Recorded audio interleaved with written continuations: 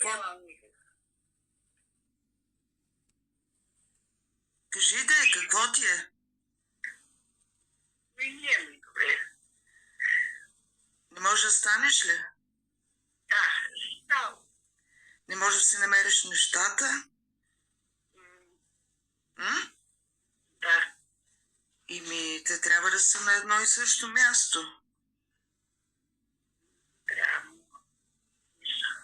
Не са. Днеска нещо, пили си хапчетата?